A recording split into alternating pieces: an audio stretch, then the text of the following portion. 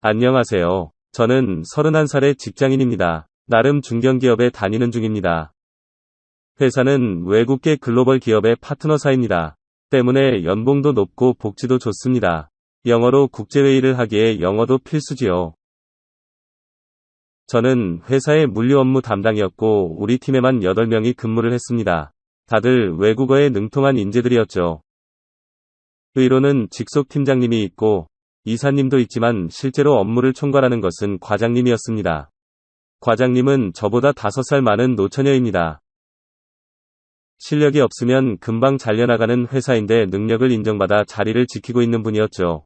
해외 명문대 출신이었고 강단이 있는 분이죠. 직원들도 대부분 명문대 출신이고 부잣집 자녀들이 많았습니다. 그래서 다들 자존심 하나는 대단했었습니다. 하지만 과장님께는 통하지 않았습니다. 일 못하면 누구든 박살을 내버리곤 하셨죠. 정말 카리스마 넘치는 사람이었습니다. 임원분들도 능력으로 인정하시는 분이었고 일처리는 완벽하게 하시는 분이었죠. 그래서 누구도 반항하지 못했죠. 몇몇 여직원들은 과장님께 엄청 깨지고는 눈물을 펑펑 쏟아내며 회사를 그만두기도 했죠. 하지만 과장님은 눈 하나 깜빡하지 않더군요. 어차피 못 버틸 놈들은 빨리 나가야 한다며 임원들께도 당당한 편이었죠. 그런데 신기하게 임원들도 수긍을 해주었죠. 저 역시 입사 초반에 엄청 많이 깨졌습니다. 남들처럼 자존감 내세울 처지는 아닌지라 납작 엎드려서 복종하고 노력을 했죠. 덕분에 1년쯤 지나면서는 혼이 나는 일이 없었습니다. 오히려 과장님께 조금은 신뢰를 받는 느낌이었죠. 하지만 여전히 과장님이 무섭고 어려웠습니다. 과장님 때문에 긴장감을 가지고 출근을 해야 했습니다. 덕분에 인사고과 점수는 좋은 편이었습니다. 하지만 저는 이곳에서 탈출하고 싶은 마음이었죠. 얼굴은 예쁜 편이지만 여자로서 인기가 없었죠. 다른 직원들에게도 그저 무서운 상사일 뿐이었고 뒤에서 온갖 악담들을 늘어놓곤 했지요. 하지만 과장님은 회사에서 탄탄대로였습니다. 실제로 일은 완벽하게 하는 편이었으니까요. 조만간에 과장님이 승진할 거란 소문도 돌았습니다. 그러던 어느 날 퇴근을 하던 중이었습니다. 과장님이 다급히 저를 호출했습니다. 저는 뭔가 일이 터졌구나 하고 직감했습니다. 순간 긴장감으로 소름이 쫙 끼치더군요. 혹시나 내가 뭔가 실수를 한 건가 두려움이 앞섰죠. 그래서 급히 회사로 달려갔습니다. 사무실에 도착하니 넋이 나간 과장님이 있었습니다. 뭔가 심각한 일이 벌어졌구나 싶었죠. 과장님이 화를 내기보다는 초조한 표정이었죠. 일단 제 문제는 아니라는 확신이 들었죠. 그때 과장님은 모니터에 자료 하나를 띄우셨습니다. 그리고는 지금 수정 가능하냐고 하시더군요. 알고 보니 재무팀에 보낸 자료와 거래처에 보내는 서류가 틀린 것이었습니다. 이건 서류 입력이 문제가 아니었습니다. 아무래도 서류 자체가 바뀐 것 같았습니다. 중간에 들어가는 자료가 완전히 다른 것이었죠. 그래서 금액 차이가 크게 나고 있었죠. 이대로 처리가 되면 모가지가 날아갈 판이었죠. 저는 일단 서류 책임자를 불러야 한다고 했지요. 그러자 과장님이 한숨을 내쉬면서 입을 열었습니다. 이번 서류는 과장님이 잘못 처리한 것이었죠. 완벽하던 과장님이 크게 사고를 치신 것이었습니다. 그래서 과장님도 크게 당황했던 것이죠. 하지만 일단은 문제를 바로 잡아야 했습니다. 저는 당황해하는 과장님 대신 전화를 들었습니다. 거래처 담당자의 휴대폰으로 먼저 연락을 했지요. 다행히 아직 그쪽에서도 최종 결제가 안 되었더군요. 아마도 내일 아침에 처리가 될 모양이었습니다. 저는 애걸복걸하면서 결제를 멈춰달라고 부탁했습니다. 그나마 담당자랑은 술자리에서 친분이 있었습니다. 겨우겨우 거래처 담당자에게 확답을 들을 수 있었고 밤중에 서류를 들고 담당자의 자택까지 찾아갔지요. 그리고 다음날 아침 거래처 담당자에게 연락을 받았습니다. 다행히 기존 서류는 취소했고 재결제가 이뤄졌습니다. 우리 회사 프로그램에서도 정정 작업이 진행되었고요. 다행히 일은 큰 무리 없이 수습이 되었습니다. 하지만 정정 사유는 곧 회사에 알려지게 되었습니다. 그리고 저는 이사님께 불려가 엄청 깨졌습니다. 수습을 제가 했더니 제가 책임자가 되어버린 것이었죠.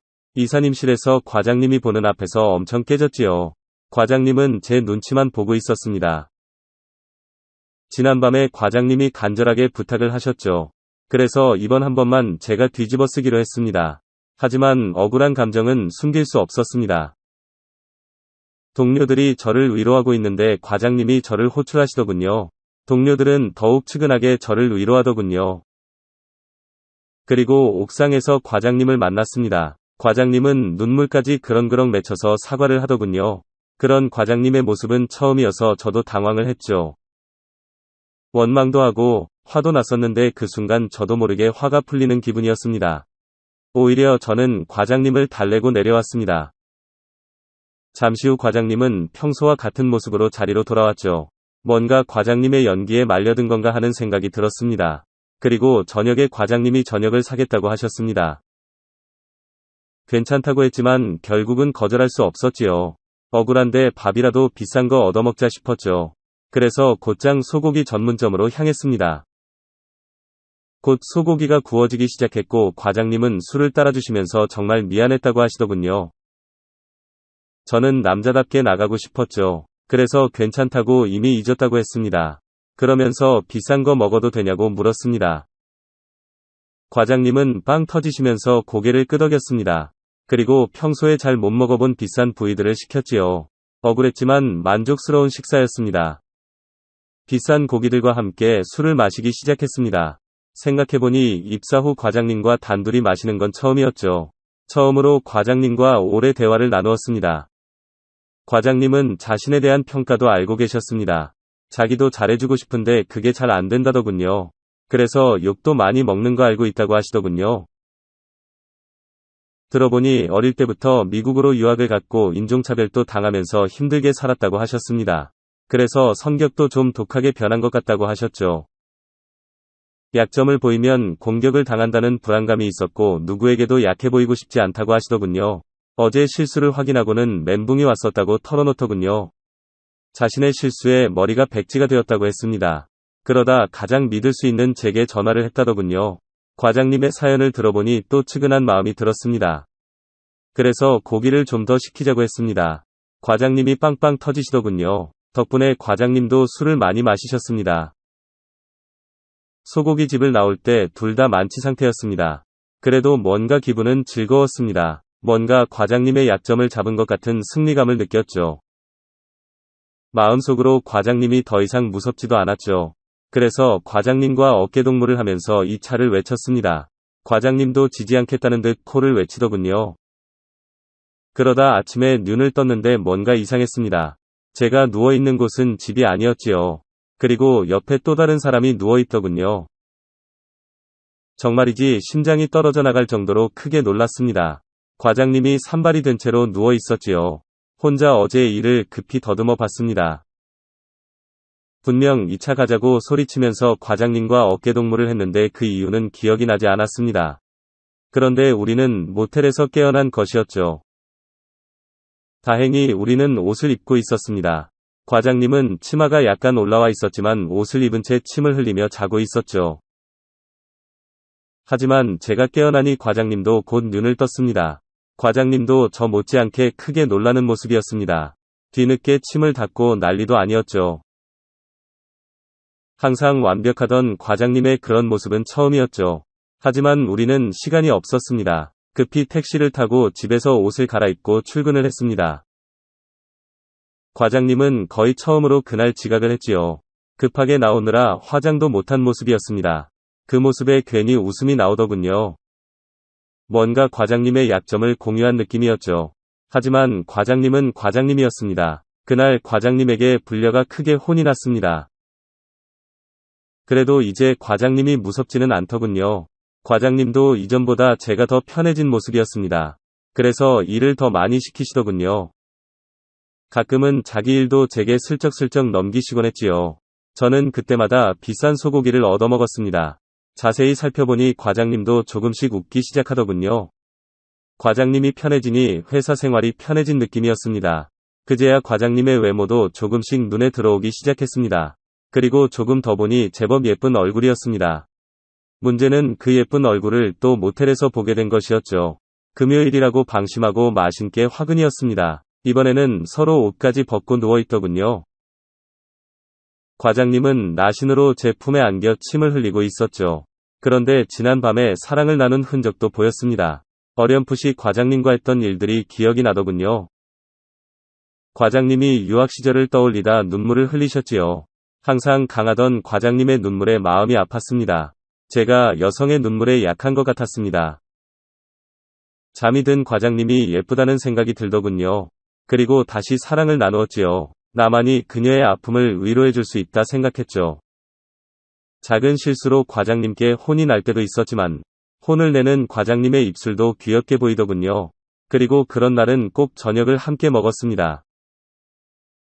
그런 날이면 아침에 함께 눈을 뜨는 게 당연하게 되었고 눈을 뜨면 서로 진하게 키스를 나누기도 했고 시간이 남으면 그대로 한 번 더를 외치기도 했지요. 그런데 어느 날 부사장님이 저를 호출하셨습니다. 저는 무슨 일인지 놀라서 과장님을 찾았습니다. 하지만 과장님은 아침부터 자리를 비운 상태였지요. 무슨 일인지 긴장해서 부사장님실로 향했습니다. 아침부터 자리를 비웠던 과장님이 그곳에 계시더군요. 그런데 두 사람의 표정이 많이 좋지 않았습니다. 부사장님이 제게 호통을 치시면서 대체 회사에서 뭔 짓을 하고 다니냐고 하시더군요. 회사가 연애질이나 하는 곳이냐고 소리치셨지요. 부사장님이 우리의 관계를 알고 있었습니다. 회사에서 이런 것도 조사를 하나 싶었죠.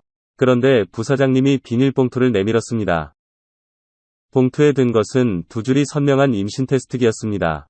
철저한 과장님이 저런 걸 들켰다니 믿기지 않더군요. 하지만 곧 정신이 번쩍 들어 과장님을 바라보았습니다. 저는 설마 아니겠지라는 간절한 눈빛을 보냈습니다. 그런데 과장님이 고개를 끄덕이더군요. 그리고 과장님은 얼굴을 푹 숙이시더군요. 그 순간 머리가 하얗게 변하는 기분이었습니다. 뭔가 숨통을 조여오는 기분이었습니다. 부사장님의 호통이 귀에 들어오지 않았습니다. 저는 개인적인 문제이니 알아서 하겠다 했습니다. 부사장님이 어이없는 표정으로 절 보시더군요. 그리고는 저를 한 대 치려는 신용까지 하셨습니다. 부사장님이 개인사에 간섭하는 게 오히려 화가 났죠. 아무리 생각해도 부사장님이 너무한다 생각했었죠. 그래서 회사 때려칠 각오로 대들려고 했습니다. 그때 과장님이 살짝 짜증을 내시더군요. 그리고 아빠 그만해라고 말을 했습니다. 정말이지 충격의 연속이었습니다. 그동안의 의문들이 한 번에 해소가 되었죠. 과장님이 임원들과 유독 친한 이유도 알게 되었습니다. 임원들에게는 그저 귀여운 조카였던 것이었죠. 그래서 더 잘해야 한다는 압박이 심했던 것이고 아빠 회사라 행동에 더 신경을 썼던 것이었죠. 그래서 사람들과도 잘 어울리지 못했던 것이죠. 그 뒤로 우리는 속전속결로 결혼식을 발표했습니다. 주례는 사장님이 맡아주셨고 직원들 모두가 축하를 해주러 왔습니다. 그녀는 최근에 예쁜 딸을 낳았고 육아휴직에 들어간 상태입니다. 덕분에 저도 매일 칼퇴근을 하고 있지요. 딸과 함께 잠든 마누라를 보다 보면 가끔 혼자 놀라기도 합니다. 그리 싫었던 과장님이 내 마누라가 되다니 말이죠.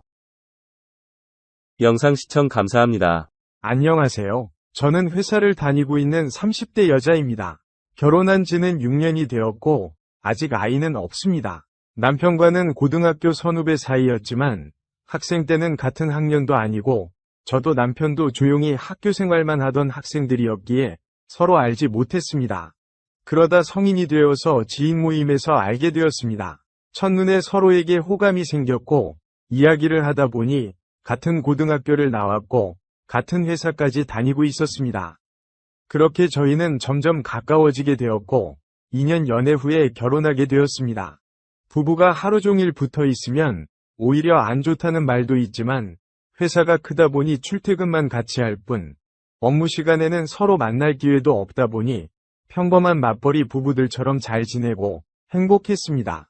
그런데 얼마 전 남편과 함께 고등학교 동문회를 갔다가 문제가 생겼습니다. 2년의 연애 기간과 6년이라는 결혼 생활까지 약 8년이라는 시간을 남편과 보내면서 지난 저의 과거와 남편의 과거에 대해서 서로 알고 있고 이야기도 해주었습니다. 그래서 저도 남편을 만나기 전에 오래 만난 남자가 있다는 것도 남편이 알고 있고 저 역시도 남편의 과거에 만났던 여자들에 대해서 알고 있습니다. 그런데 그 동문회 자리에서 제 전 남자의 이야기가 나왔습니다. 제 친구 입장에서는 재미삼아 꺼낸 이야기인데 그날따라 계속해서 대화의 화두가 되었고 저희 부부가 불편해하는 것을 즐기는 것인지 남편의 전 여자들 이야기까지 하면서 계속 나오는 것이었습니다. 동문회 모임이 끝나고 돌아오는 차 안에서 남편은 속에서 많이 화가 났는지 제 이야기를 꺼낸 제 친구를 지적하더니 나중에는 그 화살이 저한테 오는 것이었습니다. 이미 남편이 알고 있던 과거이고 남편을 만나기 전 과거의 남자 이야기인데 불같이 화를 내는 것이 너무나 황당했지만 좋게 잘 끝내려고 계속 사과를 하였습니다. 게다가 저희 둘 다 적당히 술을 마신 상태였기에 여기에서 서로 언성을 높이면 큰 싸움이 될 것 같았습니다. 그렇게 그날 일은 잘 마무리되고 끝이 난 줄 알았습니다. 그런데 며칠이 지나서 남편이 또 제 과거의 남자 이야기를 꺼내면서 혹시 동거도 했었냐고 묻는 것이었습니다. 남편에게 과거의 남자와 동거한 사실까지는 이야기하지 않았습니다.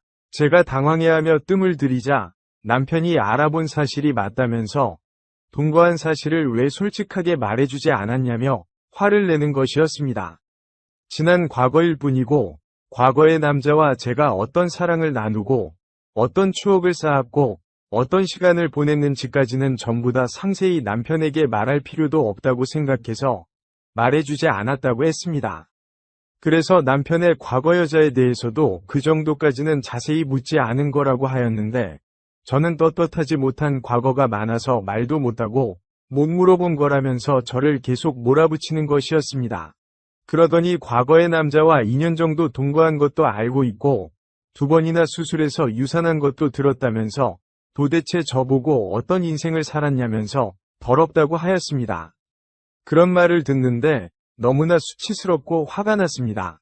어린 나이에 임신을 했고 각자의 미래가 걸렸기에 합의하에 수술을 한 것인데 그 일들이 8년이나 같이 지낸 남편에게 더럽다는 소리를 들을 정도로 제가 잘못된 연애와 인생을 산 건가요? 저를 똑바로 쳐다보며 저런 모진 말을 하는 남편을 보고 있으니 너무 속상하고 섭섭했습니다. 누가 뭐라고 해도 제 편을 들어줘야 되는 사람한테서 저런 소리를 들으니 배신감도 컸습니다. 결국 결혼해서 살면서 처음으로 짐을 싸서 집을 나왔습니다. 그리고 그날 장난삼아 안주거리 삼아 제 이야기를 꺼낸 친구에게 전화를 걸어서 있었던 상황을 말해주며 웃자고 꺼낸 이야기 때문에 이혼하게 생겼다면서 속이 시원하냐고 한바탕 쏘아붙였습니다.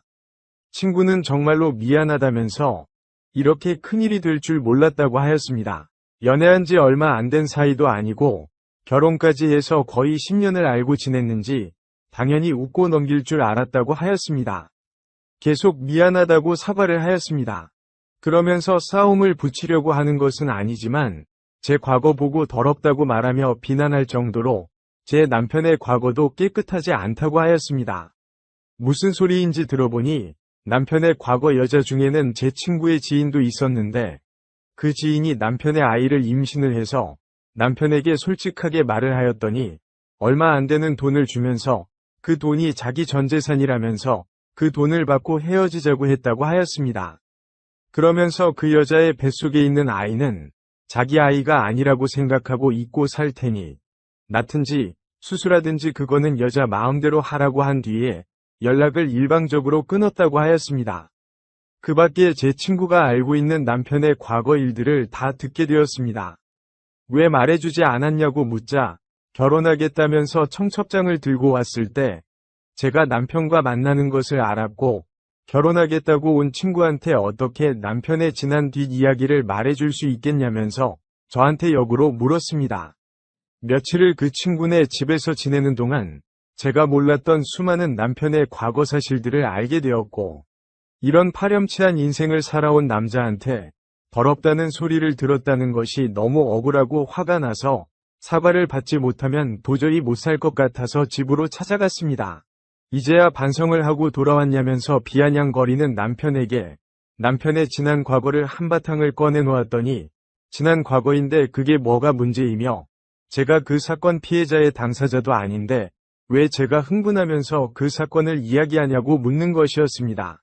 게다가 남자가 겪는 일이랑 여자가 겪는 일이랑 어떻게 똑같을 수가 있냐면서 오히려 저한테 아직도 본인이 한 일에 창피한 줄 모른다고 하면서 장인 장모님은 제가 더러운 인생을 살았던 것은 아시냐면서 말을 하는데 제가 정말 세상에서 가장 나쁜 남자와 결혼을 하였다는 생각이 들었습니다. 사과든 뭐든 다 필요 없고 무조건 이 남자와 이혼을 해야겠다는 생각밖에 안 들었습니다. 그 자리에서 이혼하자는 말을 목구멍까지 나왔지만 정말 꾹 참고 집을 나와서 친구네 집으로 갔습니다. 그날 이후로 친구와 같이 이혼 변호사도 알아보고 상담도 받으면서 이혼을 준비하였습니다. 어느 정도 준비가 끝난 후에 남편에게 합의 이혼을 하자고 연락을 하였지만 절대 이혼을 안 한다면서 제가 잘못한 것을 다 깨우치고 반성을 다하면 조용히 집으로 들어오라고 하더군요. 도저히 대화로는 남편과 끝내지 못할 것 같아서 이혼 소송을 진행하려고 합니다. 이혼해야겠다는 마음은 확실히 굳어졌는데 정말 저런 인간에서 모욕적인 말을 들었다는 것과 사과를 받지 못했다는 것이 너무 억울합니다. 이혼하고 나면 빨리 잊고 싶은데 잊지 못하고 평생의 한이 될까봐 두렵고 걱정이 됩니다. 이렇게라도 익명이 보장되는 유튜브에 말하지 않으면 속이 답답해서 터져버릴까봐 사연을 보냅니다. 즐겁지 않은 제 이야기를 끝까지 들어주셔서 감사합니다. 오늘의 사연은 여기까지입니다. 구독과 좋아요, 알림 설정 부탁드립니다. 긴 글을 읽어주셔서 감사합니다. 오늘의 사연 시작합니다. 안녕하세요. 남친 몰래 지금 한창 양다리 걸치기로 연애하고 있는 여대생입니다. 제가 새로 만난 연애 상대는 이전부터 잘 알고 지내던 교수님입니다. 그러니까 저는 그 교수님과 같은 친구를 동시에 사귀고 있습니다. 여러분들은 어떻게 생각하실지 모르지만 저는 이 상황이 너무 짜릿하고 숨이 막힐 지경이거든요. 더구나 애초에 그 교수님이 강의하는 수업에 저와 제 남친이 같이 들어가서 수업을 듣던 학생이었습니다. 물론 교수님은 남친과 제가 애초에 사귀고 있는 것을 알고 계셨습니다. 그리고 저와는 나이 차이도 많이 나고 스스로도 어린 여자를 구속하고 싶은 마음은 없으니 그저 사귀는 동안 서로 간섭하지 않고 편하게 지내자고 하시더군요. 처음에 저는 남자친구에게 죄짓는 기분도 들고 해서 교수님과 사귀는 걸 조금 망설였습니다. 그런데 그 교수님이 나름으로 아주 잘생기고 매너도 좋고 아직 솔로이기도 해서 수강생들 사이에서는 인기가 제법 있기에 제 마음이 흔들릴 수밖에 없었습니다. 사실 그 교수님이 우리 학교에 있는 것도 아니고 그저 남친이랑 제가 다니는 사설 아카데미에 수업을 나오시는 분이니까 사회에서 만난 거나 다름없어서 저도 큰 불안함은 없었습니다. 그저 어느 날 수업 후에 다 같이 회식을 하고 뒤풀이 겸 노래방 갔던 날 모든 일이 일사천리로 진행돼 버린 거죠. 그날 다들 돌아간 후에 저랑 교수님이랑 마지막으로 남아서 칵테일 바에서 분위기 있게 한 잔 더 하면서 분위기가 무르익었습니다. 그리고 갑자기 비가 와서 교수님이 저를 집까지 태워주셨는데 술기운과 날씨 탓에 둘 다 기분이 나른해져서 차 안에서 남녀 사이가 되고 말았습니다. 물론 교수님은 그 다음날 저에게 전화해서는 혹시 자신이 실수한 거면 사과하고 싶다고 하셨습니다. 하지만 저도 전날 밤에 싫은 마음은 없었으니 그저 가볍게 넘어가자고 했고 우리는 그저 편안한 마음으로 변함없는 일상으로 돌아왔습니다. 그런데 그 이후로 수업에서 서로 다시 만나고 보니 이상하게 설레더군요. 그러면서 쓸데없이 서로 안부 전화 겸 문자도 보내게 되고 그러다가 같이 드라이브도 가고 그러면서 자연스레 또 다시 사랑을 하게 되었습니다. 교수님은 나이가 저보다 20살 가까이 많습니다. 하지만 이야기도 아주 잘 통하고 다정하고 자상한 점이 너무 좋아서 저는 지금 만나는 남친에게서 기대할 수 없는 부분들을 많이 느끼고 있습니다. 지금은 사귀기 시작한 지 3개월 정도 돼 가는데 남친은 아직도 이 사실을 모릅니다. 그리고 남친은 저와 동갑이라서 그저 친구란 생각이 크지만 교수님에게서는 남자라는 느낌이 너무 많이 들고 같이 있으면 너무 든든하다는 생각도 듭니다. 남친은 교수님의 수업이 끝나면 속도 모르고 빨리 게임하러 가자고 조르고 저와 교수님은 서로 눈짓으로 나중에 연락할게 라는 뜻을 보내곤 하죠. 그리고 저는 남친과 노는 것이 별로 재미없어진 지 한참 되었습니다. 맨날 PC방 가서 커플로 게임하고 남친이 좋아하는 오락 영화 보러 가고 때때로 휴일에 야구장 가서 귀 아프게 소리 지르고 이 모든 것들이 이제는 너무 귀찮아진 상황입니다. 그런 반면에 교수님과 데이트하는 날은 몹시 기다려집니다. 대체로 교수님 집에서 같이 영화를 보거나 칵테일을 만들어 마시거나 같이 요리를 해서 먹는 경우가 많습니다. 교수님은 외국에서 몇 년간 유학을 했기에 외국 음식도 아주 잘 만들고 거기서 살았던 이야기도 아주 재미있게 해주십니다. 그리고 무엇보다 남자로서의 매력이 남친과는 비교도 안 될 정도로 저를 사로잡고 있습니다. 교수님은 저의 남친을 계속 만나라거나 헤어져라거나 하는 말은 일절하지도 않습니다. 그저 저랑 있으면 편하고 서로에게 도움이 되니까 만나는 거라는 말만 하시죠. 더구나 교수님에게는 따로 만나는 여러 나이대의 여자친구가 있습니다. 최소 서너 명은 되는 것 같더군요. 그녀들 역시도 교수님 집에 한 번씩 들러서 제가 교수님과 보내는 시간과 비슷한 코스로 데이트를 하고 때로는 교수님 집에서 하룻밤을 보내다가 가는 경우도 많은 것 같았습니다. 그러니 애초에 교수님은 제가 그저 자신이 만나는 여자들 중에 하나일 뿐임을 명확히 인식하도록 말씀하셨습니다. 그리고 교수님 역시도 자신이 제가 만나는 남자들 중에 하나일 뿐임을 인식하고 계십니다. 교수님은 젊어서부터 그렇게 여자들을 만나왔고 오래 사귄 여자와는 애틋한 감정이 아직도 남은 채로 만나기도 하고 어쩔 수 없이 헤어진 경우도 있고 뭐 그런가 보더군요. 굳이 질질 짜며 중리산이 하는 연애는 애초에 해본 적 없었다고 하시고 그저 자신의 일을 열심히 하면서 자연스레 만난 여자들과 행복한 시간을 보내며 연애해 왔다고 하시더군요. 그리고 저는 이제 20대 초반이니까 앞으로 숱한 연인을 만나게 될 것이니 애초에 처음부터 너무 고속된 연애는 하지 말라고 하시더군요. 제가 가진 젊음이 어쩌면 세상에서 가장 귀한 보물일 수도 있고 지금에 느끼고 경험하는 모든 것들이 결국은 자산이 된다며 사랑도 그 같은 것들 중에 하나이니 20대의 연애를 많이 하라고 하셨습니다. 물론 어느 정도 수긍은 하는데 자칫하면 제 마음이 엉뚱한 방향으로 흔들리고 정도를 넘어설 수도 있을 것 같아서 나름으로는 무척 마음을 조심하고 있습니다. 설마 교수님이 저에 대한 사랑이 전혀 없는 것은 아니겠지 하는 생각도 해보았고 그런 한편으로 애초에 사랑 하나만으로 우리 사이가 시작되지는 않았을 것이라는 생각도 하고 있습니다. 그리고 제가 교수님에게서 새로운 세계를 알아버렸으니 아마도 앞으로 저는 또래 애들만 사귀지는 않게 될 것 같다는 생각도 들었습니다. 그래서인지 어린애 같이 그저 칭얼대는 남친이 요즘은 점점 짜증이 날 때도 있습니다. 그런 제 마음을 아는 것인지 교수님은 자신이 잘 아는 후배가 있다면서 그가 아주 이야기도 재미있게 해주고 유익한 지식도 많이 알려줄 거라면서 어느 날은 그 후배가 같이 끼는 자리도 마련해 주셨습니다. 그리고 저와 그 후배가 개인적으로 많은 시간을 가지도록 자리도 비켜줘가면서 교수님은 음식을 만들고 계셨죠. 그리고 집으로 돌아가는 길에는 그 후배가 저를 차에 태워서 바래다 주었습니다. 물론 둘 다 술이 적당히 올라간 상태였고 많은 대화를 나눈 상태라서 별 거부감 없이 금방 남녀 사이로 차 안에서 역시나 엮여버렸습니다. 저는 다음날 술이 깨고 나니 조금은 마음이 혼란스러웠습니다. 교수님에게 달아오르던 모호한 사랑의 느낌인지 뭔지가 아직 어지러운 상태인데 또 다른 낯선 남자가 다가왔으니 마음이 복잡했던 거죠. 지금까지는 사랑하고 기뻐하고 힘들어하는 것이 사랑의 정체인 줄 알았습니다. 그런데 그렇지 않고서도 충분히 사랑이란 이름을 붙일 수 있구나 하는 생각도 들었습니다. 그리고 이제 저는 교수님과 그 후배를 동시에 만나고 있습니다.